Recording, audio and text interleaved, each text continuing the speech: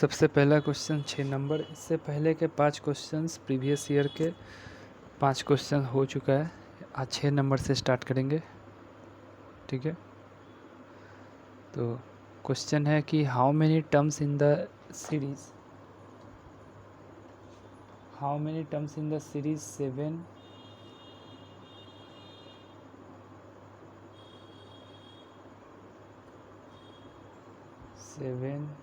14 28 21 and 28, ठीक है। तो ये जो सीरीज है कौन सा है, एपी है या जीपी, आपको क्लियर करना होगा। सबसे पहले आपको ये क्लियर करना होगा कि ये जो सीरीज़ दिया हुआ है 7 14 21 28 और जिसका सम लिखा है 952, तो ये सीरीज कौन सा है सबसे पहले आपको ये क्लियर करना है, एपी में है या जीपी में। अगर इक्वल नंबर ऐड होगा तो एपी सीरीज है, इक्वल नंबर ऐड होगा या इक्वल नंबर गुना होगा तो ये क्या है, एपी सीरीज। तो देखो 7 + 7 14 14 + 7 21 एंड 21 + 7 28, ठीक है। तो ये इक्वल नंबर यहाँ पर ऐड है तो ये एपी सीरीज में है, ठीक है। नहीं तो इक्वल नंबर ऐड होना चाहिए या इक्वल नंबर का मल्टीप्लिकेशन होना चाहिए। जैसे मल्टीप्लिकेशन में अगर चेक करोगे तो 7 × 14 14 × 28 नहीं होता है, तो ये AP series equal number add है, इस वजह से ये एपी सीरीज में। तो इसमें ए क्या है 7, ये है फर्स्ट टर्म, ठीक है। डी ये भी 7 है, डी क्या होता है, कॉमन डिफरेंस,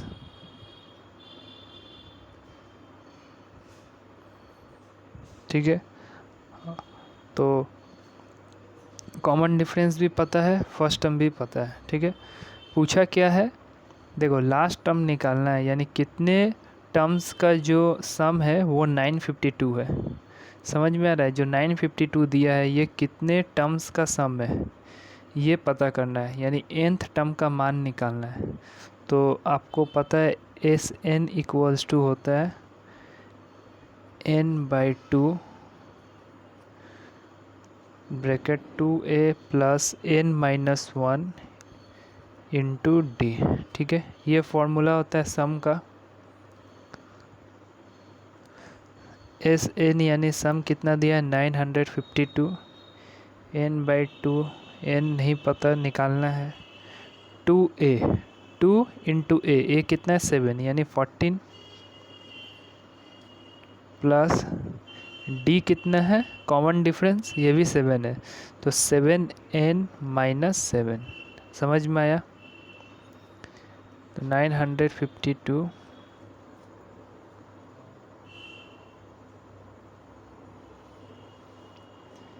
यहाँ होगा n/2, 14 - 7 यानी 7 + 7n, ठीक है।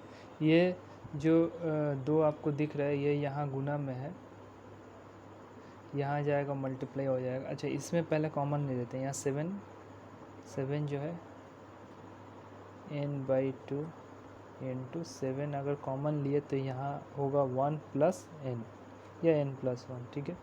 ये 7 से ये चला जाएगा 136 में, और ये 2 यहाँ डिवाइड में यहाँ आएगा तो गुना में होगा, ठीक है। तो ये होगा 272 equals to n into n+1, ठीक है, n इंटू n+1। तो एक चीज़ ध्यान रखना, कभी भी ऐसा क्वाड्रेटिक इक्वेशन आ जाए, ठीक है, ये क्वाड्रेटिक इक्वेशन है, तो क्वाड्रेटिक इक्वेशन जब भी आए तो आपको ऑप्शन से हेल्प लेना है, ठीक है।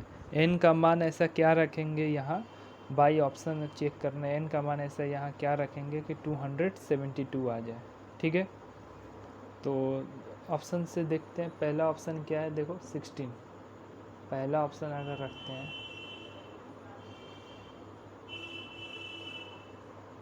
ये है पहला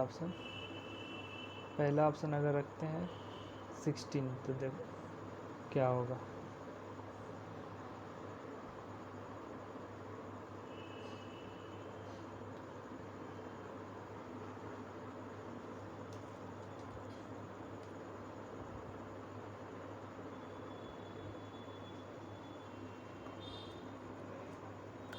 पहला ऑप्शन अगर रखेंगे यहाँ 16 इंटू 16 प्लस 7, तो 16 इंटू 7 कितना होता है?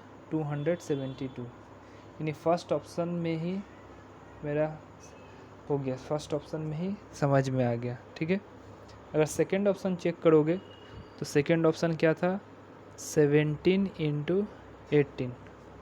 देखो 8 7 जा 56, यानी 6 होगा यूनिट डिजिट पे, ये ऑप्शन रॉन्ग है, 2 होना चाहिए। ठीक है, 18 रखेंगे फिर 19 रखेंगे, बाई ऑप्शन चेक करना है तो 16 फर्स्ट ऑप्शन, यहाँ जो है फर्स्ट ऑप्शन आंसर होगा। 16 रखोगे क्वाड्रेटिक इक्वेशन में तो ये 16 फर्स्ट ऑप्शन। ठीक है, नेक्स्ट क्वेश्चन देखो।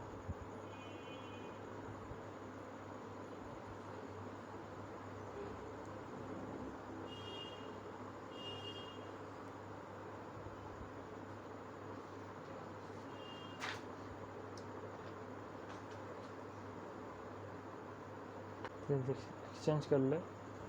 हेलो, देखो 7 नंबर क्वेश्चन क्या है? The median of a set ascending order 11 12 14 15 x plus 1 x plus 3। अभी हम लोग 17 नंबर क्वेश्चन कर रहे हैं, 7 नंबर 17 नहीं सॉरी 7।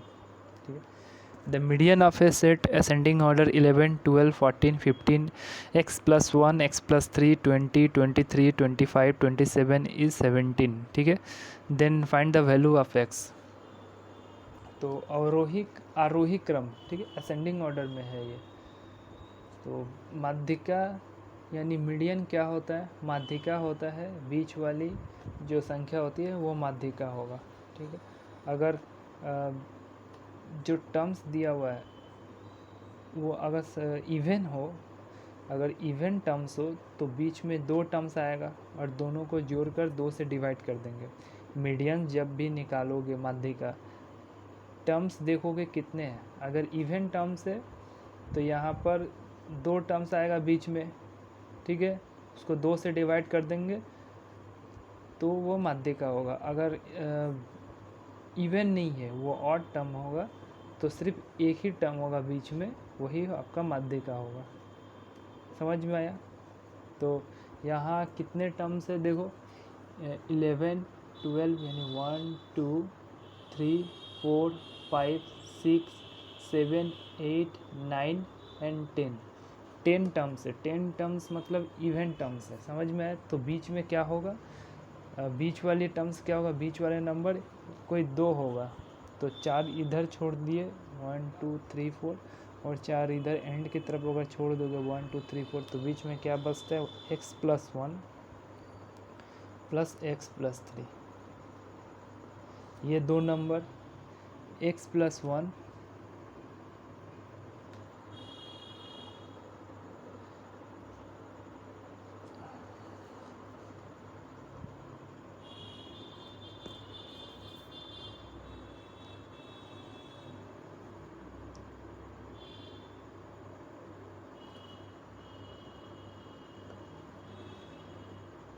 तो ये x plus 1 plus x plus 3, ठीक है, डिवाइडेड बाई 2, यानी x plus 1 plus x plus 3 divided by 2, ये कितना होगा? 2x plus 4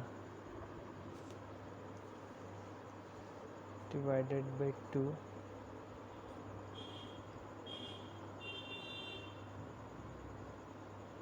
to x plus 4 divided by 2 equals to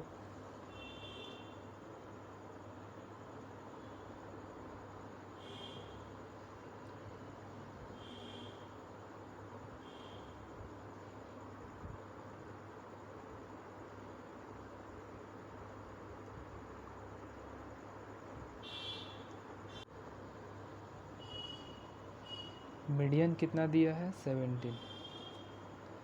तो यहाँ होगा 34 माइनस 4, एक x equals to 30 divided by 2 equals to 15। ठीक है, x का मान कितना आया 15। तो बीच वाली संख्या क्या थी x प्लस 1, यानी 15 plus 1 equals to 16, x plus 3 equals to 15 plus 3 equals to 18। समझ में आया? तो यहाँ बीच वाली संख्या 16 और 18, तो x का मान यहाँ पूछा है सिर्फ, तो यहाँ 15 होगा आंसर। x का मान कितना है 15। समझ में आया? ठीक है, देखो अगर यहाँ बहुलक पूछे बहुलक कितना है, मोड कितना है, तो अगर बहुलक पूछता है तो यहाँ बहुलक सब हो जाएगा, बिकॉज बहुलक का मतलब क्या होता है, जो अधिक बार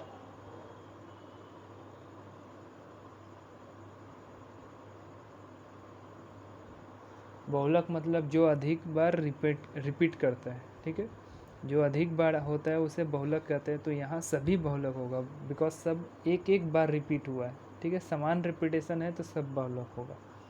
नेक्स्ट क्वेश्चन देखो,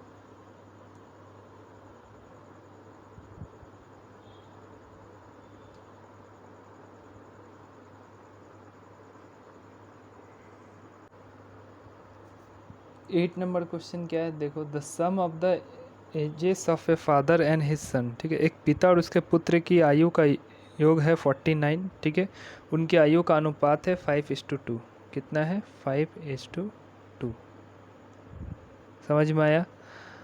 तो 5 वर्ष बाद पुत्र के आयु क्या होगी? बहुत सिंपल है, 5:2 जो है ये रेशियो में है।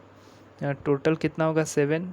यहाँ 7 मेरे हिसाब से, लेकिन 7 नहीं होना चाहिए, ये होना चाहिए 49, यानी कितना टाइम्स ज़्यादा है 7 टाइम्स ज़्यादा। समझ में आया? तो 5 वर्ष बाद पुत्र की आयु, तो पुत्र की आयु प्रेजेंट में कितनी है 25, सॉरी यहाँ आएगा इंटू 7 35। समझ में आया? पिता और उसके पुत्र की आयु, अच्छा ये पिता की उम्र है, पुत्र की आयु होगा 7 × 2 14। 5 वर्ष बाद पूछा है ना, तो +5 यानी 19 आंसर।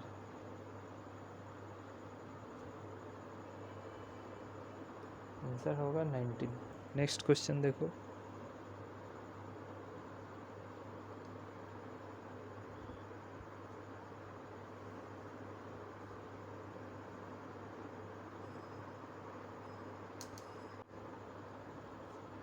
नाइन नंबर क्या, देखो एक रेलगाड़ी 435 किलोमीटर की दूरी 2 घंटे 30 मिनट में तय करते हैं। ठीक है, इसके चाल मीटर प्रति सेकंड में ज्ञात कीजिए। तो ये है किलोमीटर, पहले आपको निकालना है किलोमीटर पर आवर। ठीक है, पहले किलोमीटर पर आवर में निकलेगा, फिर मीटर पर सेकंड में निकलेगा। तो स्पीड क्या होता है, speed equals to distance by time. Speed होता है डिस्टेंस बाय टाइम। अच्छा, 2 घंटा 30 मिनट, तो 2 घंटा 30 मिनट को हम लोग लिख सकते हैं 5/2 आवर्स। समझ में आया? 2 घंटे 30 मिनट को हम लोग 5/2 आवर्स लिख सकते हैं। तो किलोमीटर पर आवर पहले निकालो, 435 ये है दूरी, और डिवाइड देंगे टाइम, दैट इज़ 5/2 आवर्स। तो यहाँ हो जाएगा 435, और ये जो है इसका रेसिप्रोकल यानी 2/5, ये आएगा।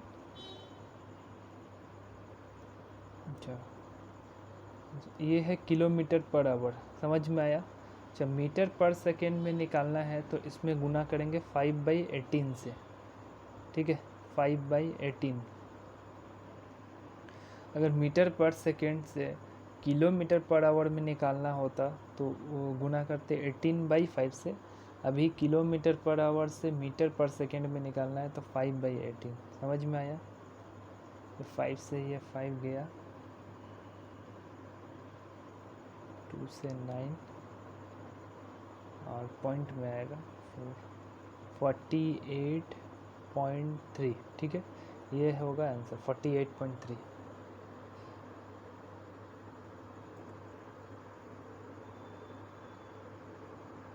D answer.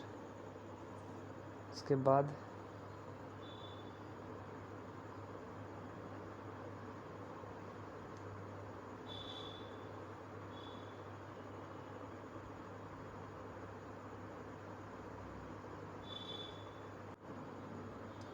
देखो 10 नंबर क्या है, वो बड़ी से बड़ी संख्या ज्ञात कीजिए जिससे 1250 तथा 1615 को विभाजित करने पर शेष क्रमशः 4 और 5 बचता है। देखो शेष जो है अलग अलग बच रहा है, ठीक है, तो सबसे पहले शेष को घटा देना है। नंबर्स क्या है 1250 और 1615, समझ में आया। शेष जब भी अलग अलग हो तो क्या करना है, पहले माइनस कर दोगे, शेषफल को माइनस कर दोगे, तो यहाँ से 4 घटा दो और यहाँ से 5, तो ये होगा 1246 और ये होगा 1610, ठीक है। अब जो है आपको यहाँ HCF निकालना है, हाईएस्ट कॉमन फैक्टर, तो बड़ा से बड़ा संख्या निकालना है, मतलब HCF शेष घटाने के बाद ही HCF जो होता है वो शेषफल घटाने के बाद ही HCF निकालना है, समझ में आया। देखो अगर इक्वल नंबर शेष बचता तो घटाने की ज़रूरत नहीं थी, लेकिन यहाँ अलग अलग शेषफल बच रहा है, इसीलिए पहले HCF निकालने से पहले शेषफल को घटाओगे फिर HCF निकालोगे। तो HCF क्या होगा, देखो HCF जो है डिफरेंस से निकालेंगे, इसका डिफरेंस कितना है 364, ठीक है, इसका डिफरेंस है 364, डिफरेंस से 364 इसका जो है इसका डिफरेंस आ गया। अब देखो ये बाई ऑप्शन देखो किससे कट रहा है, तो ये कट रहा है 13 और 14 से, है ना, ये 13 और 14 से कट रहा है, समझ में आया। तो जब 13 और 14 से कट रहा है तो इसका मतलब HCF होता क्या है, हाईएस्ट कॉमन फैक्टर बड़ी वाली संख्या, तो इसमें बड़ी संख्या क्या है 14, तो 14 होगा आंसर, ठीक है। तो सबसे पहले शेषफल को घटाओगे, अगर अलग अलग शेषफल है तो शेषफल को घटाओगे फिर HCF निकालोगे। HCF क्या होता है, इन दोनों का डिफरेंस जो आएगा, ठीक है, उसको बाई ऑप्शन चेक करना है कि ये किससे कटेगा, तो ये 13 से भी कट रहा है, ये 14 से भी कट रहा है, तो 14 इसमें बड़ी संख्या है, तो 14 इजी और आंसर, समझ में आया। नेक्स्ट क्वेश्चन डिस्कस करेंगे नेक्स्ट वीडियो में।